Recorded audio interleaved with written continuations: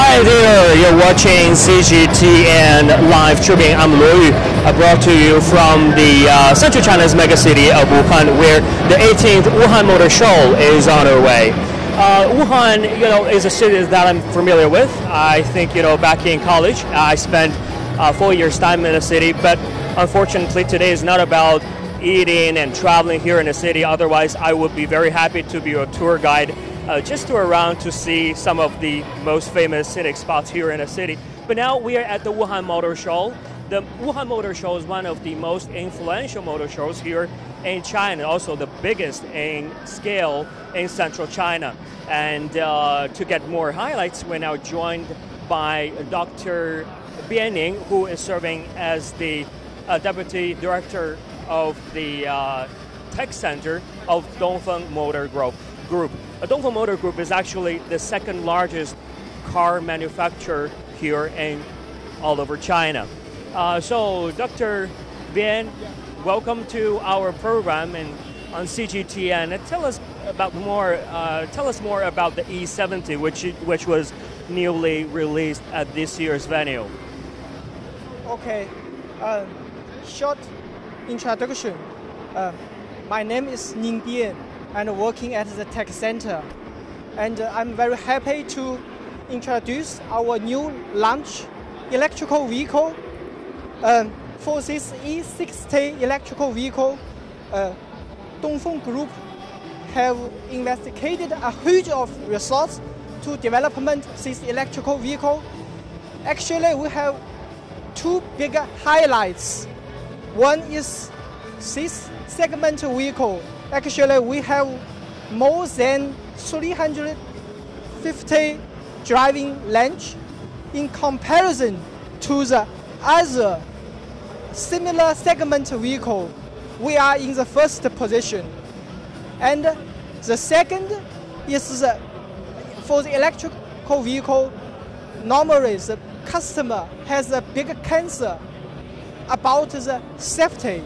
And for development of this vehicle, we have done a lot of safety, not only the traditional safety, for example, collision, active safety, or braking, but also lots of specially safety tests, for example, fire, explosion, and also high voltage and electric shock test.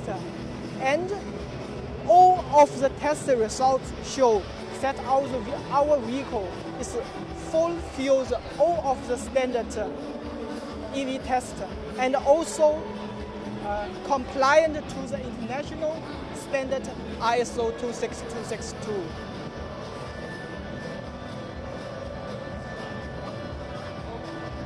So, Dr. Ben, just now you've mentioned one of the major highlights of this E70 is about its amazing driving range. Normally, it's about roughly 200 kilometers, because more than 350 kilometers. But this one has more than 350 kilometers. Do you think, looking to the future, how can the car manufacturers solve these problems? Because for one thing, in terms of electric vehicle, we have to charge it very often. At the same time, especially in winter, the battery life, is shortened dramatically. Do you think that we are going to see a breakthrough in the future? I'm not talking about from 200 to 350. Actually, I'm talking about from 200 or 350 to 1,000. Yeah. For the electrical vehicle, and the bigger problem is the driving range. You said, and also the charge timing and also charge duration. Actually, for this vehicle, we have two charge models. We have the so-called quickly charge model. We can use only half hour to charge our battery, 80%. So, and the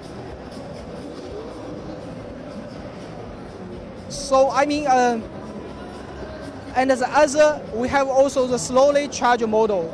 It lasts several hours and will full 100% battery. And Dr. Bian, I'm actually very interested in artificial intelligence. You know, we talk about this newly released car. What is special about this car in terms of artificial intelligence? Because it seems not only traditional car makers, but also a lot of internet giants like Google in the US and Baidu in China, they have launched their own special program and researching on artificial intelligence and put them into reality. You know, tell us more about this car. For this car, actually, I mean, at first, you can see the out design styling. I mean, a lot of new so-called young-oriented design element here. For younger generation. Yeah, not only one color. You can see here is not only the red color, in the end we have also the black color. So the two color design element here. And you can see also in the front, we have also used more very dynamic and also the light here. It's very special. And I would like to also recommend our ADAS system. Our ADAS system is the so-called emergency braking assist. And here we used the high-tech laser environment sensor to sensing the driving environment. If in the very dangerous situation, in this time drive also without any reaction, and the vehicle will automatically stop the vehicle to avoid the traffic accidents. You know, Dr. Bian, in terms of artificial intelligence, I do have one concern. What do you think is the future of artificial intelligence applications in cars? Because if we look into the future, you know, can we imagine that on the road they're just driverless models? What about accidents happening there? How to solve this? I think in the recently in the automotive industry and also industry, we have a lot of discussion about AI technology. Actually, for us, AI technology is not new, but in the recent, we discussed a lot about the AI. Actually, AI application in the vehicle industry, I think in development side, we have a lot of application, not only for the research and development, but also for the full value chain. In the research and development side and sales, purchasing, and also the product planning and aftermarket. But I'm working in the tech center. I will focus on the research and development side. The AI will be used to the research and development for our vehicle. For example, AI so-called deep learning. One thing is, we have a lot of different environmental sensors to sensing the driving situation or the driving environment, and the accuracy, reaction, efficient. Normally, it's a little bit low, and with the artificial intelligence, we can more quickly, more accuracy, sensing the dangerous situation. Also, predict the dangerous situation. But you know, one thing here is about the driving habit, because for one individual, driving crazily probably is his or her driving habit. For another, just want to sit there and drive very comfortably. Look into the future, how to differentiate their different driving behaviors. I mean, is it through machine learning or? This is also the other aspect, I think. The other big application of the AI in automotive industry is also to perception of the driving habit. We know currently we see the ADAS system, and then will be the automated driving or highly automated driving, and then comes autonomous driving. But different people has their own driving style or the driving habits. If we go into the man-machine connected driving or going to the autonomous driving, then we need the driving style similar to our own driving style. Then we will feeling safe, feeling comfortable. So during the AI or the data-driven estimation of the driving style, we can adapt the driving style or the driving style to comfort the driving. Okay, now, ladies and gentlemen, you're watching CGTN live streaming. We're bringing you a live coverage of the Wuhan Motor Show 2017 version, of course. And now, if you look around, this is the one of the landmarks here in the city called Wuhan International Exhibition Center. Wuhan is an amazing city. I spent 4 years, a lovely time here in the city. I enjoyed a lot of its snacks, of course, beautiful scenery. For example, the Yellow Crane Tower. Yesterday we had also had a conference about the what are some of the latest trends here in the automobile industry here in China. And if you look around, there are altogether 8 halls from 8.1 to B8. And then we are going to enter into another hall, which is A3, and another expert is waiting there for us. Okay. Thank you so much, Dr. Bian, for your time. Thank you so much. Thank you.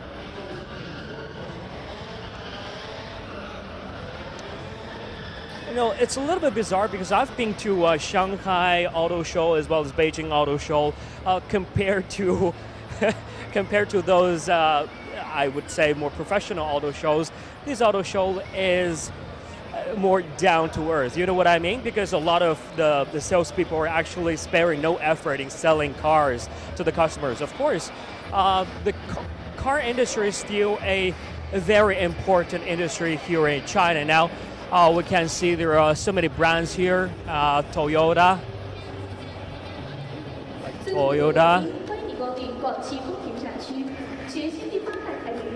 And this is the China Ichi based in Changchun.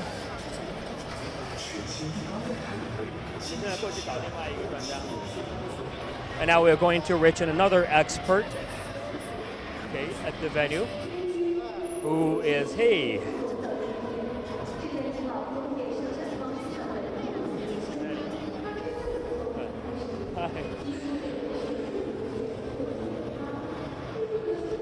Hello. So this is Mr. Wu, who's the CEO of MapKing Corporation Limited. Yeah, nice to meet you. Right. Yesterday we actually had a little interview with Mr. Wu, and I got a lot of insights on artificial intelligence as well as development advancement here in China. And, you know, tell us about more. What do you think about artificial intelligence technologies here in China? How do you see this market? AI is starting in China as well as in many other countries.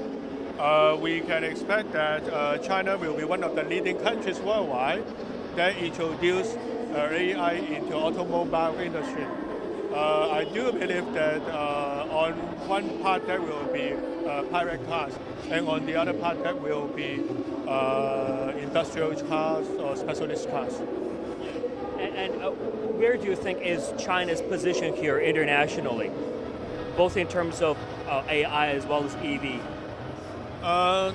Definitely, China will be one of the top countries together with USA worldwide. Because we have a huge market here and we have sufficient technology expertise.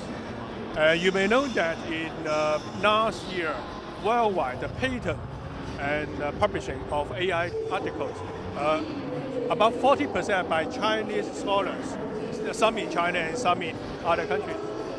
But I wonder, that's just about the academic papers, you know, and no wonder if China, as a huge country, if it wants to do something, it can achieve the desired result. How can you be so sure that some of the, you know, cutting edge technology being researched upon can transform into the technologies that we need in the future in terms of its application and implementation?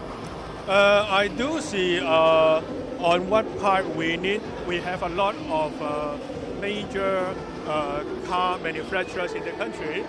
And the second part is we do need some kind of government coordination. We need to have that in either open data development. We need to have the positive policies that to promote the adoption of the technology, as well as especially in provincial cities and the second-tier cities. We do need the infrastructure connection that can link the, we call it V2I, it is vehicle to infrastructure. We do need that linkage of infrastructure together with vehicles. For example, we have a traffic jam or we have roadworks somewhere that block the traffic. So the infrastructure can live broadcast the information to every vehicle running on the street. And as well as for industrial cars that may broadcast to police cars, that may broadcast to trucks or buses. Yeah. One thing, one of my concerns is actually here, you know, when I talk about the open source platform that can provide information and let cars run on the roads, talking to infrastructure there. But come on, we are Chinese and we are, of course, learning different languages. But how can we achieve this in overseas markets? I mean, I think it's going to be a huge work ahead of us. Oh, there's a long way to go, especially for China brands going to overseas for this specific arena. The reason is when we want to have a vehicle to infrastructure connection, it means we need to have a connection with local infrastructure. We need to have local government policy support, as well as you may need telecom operators or we call IoT, Internet of Things connection, and that is costly and that takes time. Because you may know that overseas worldwide car brands, they have been established their market for decades in Europe or in America. But there's one open space, is the Asia market, or so-called developing market. When we look at Southeast Asia, you may know that the infrastructure are relatively new, and they don't have, they are quite open to new technology. And so that is linked with the initiative of government to promote China technology to overseas. It's quite easy for me, for China technology to go into developing countries, Southeast Asia or South Europe, for example, or East Europe. Let's focus our attention from the overseas market to China's market. You know, I heard that a lot of companies have developed mature, relatively speaking, mature technologies in artificial intelligence. A lot of cars can run on the road without a driver in it. But in terms of government support and policies, what kind of things are we expecting here? I mean, it's kind of very hard to imagine a picture that on the roads, they're all, you know, even if we have the very cutting-edge technology, but the government doesn't allow us to run on the road. Well, I believe we do need a supportive central government policy, and that can implement in the local districts.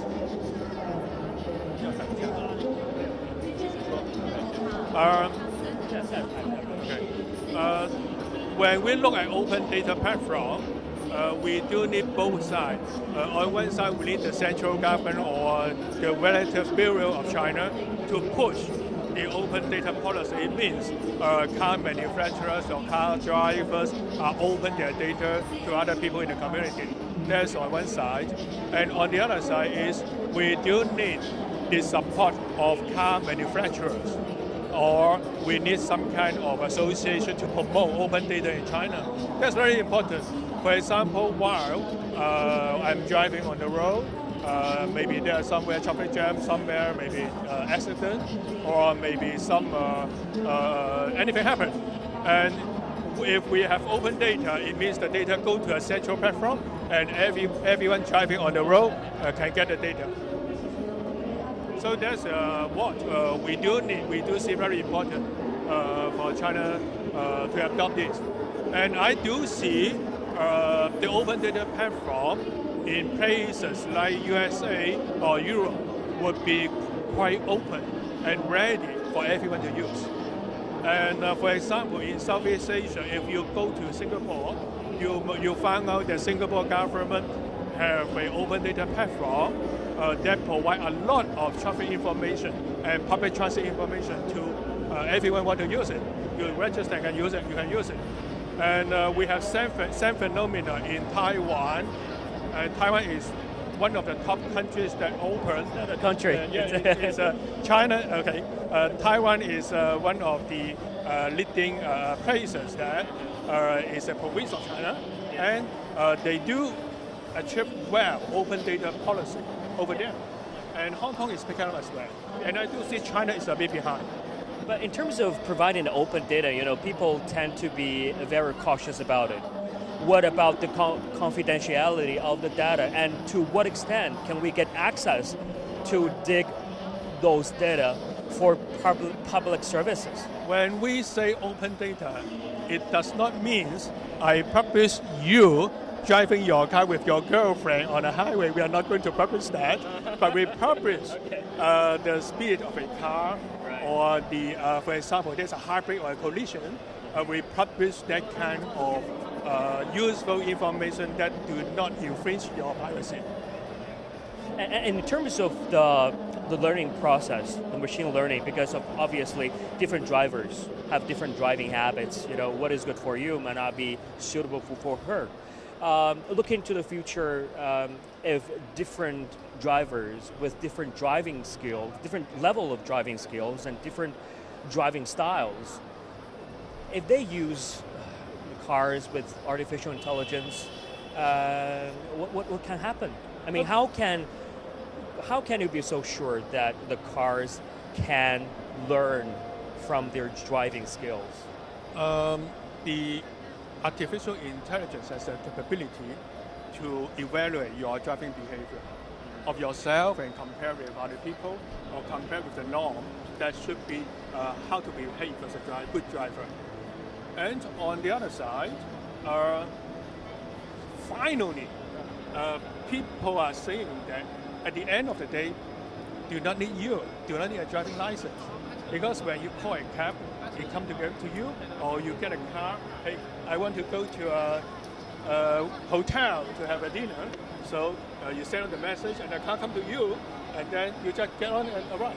So we don't need a driver, but that's not today. That may come in 10 or 20 years later. 10 to 20 years, I think. So you lost your driving license.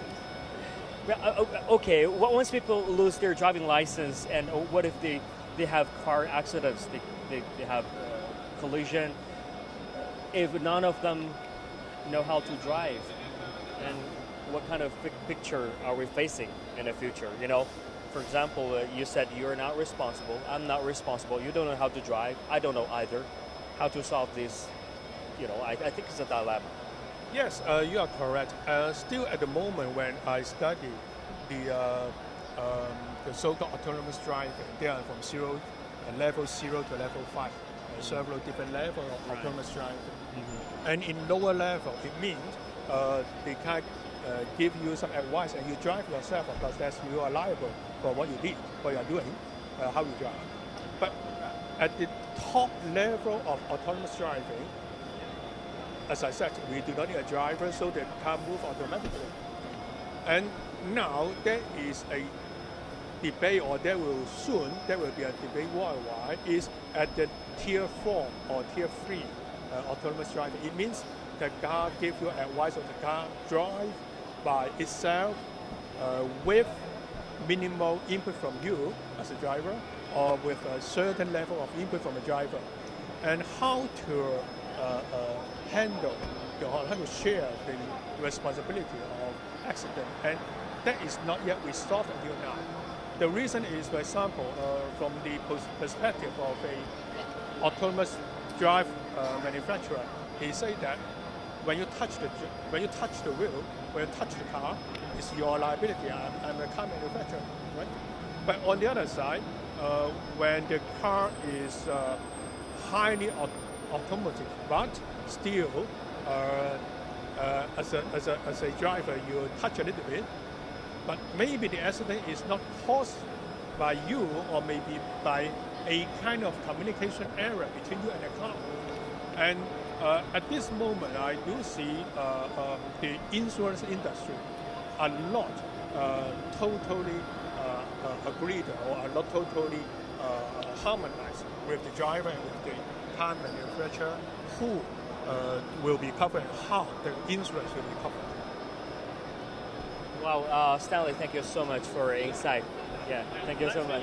Nice meeting you indeed. And I think that's all the time we have for this edition of CGTN live streaming. We're bringing you a live coverage of the Wuhan Motor Show 2017, where a lot of new technologies and new cars have been released in the past couple of days. And that's all for today. And thank you for watching, ladies and gentlemen. Bye-bye.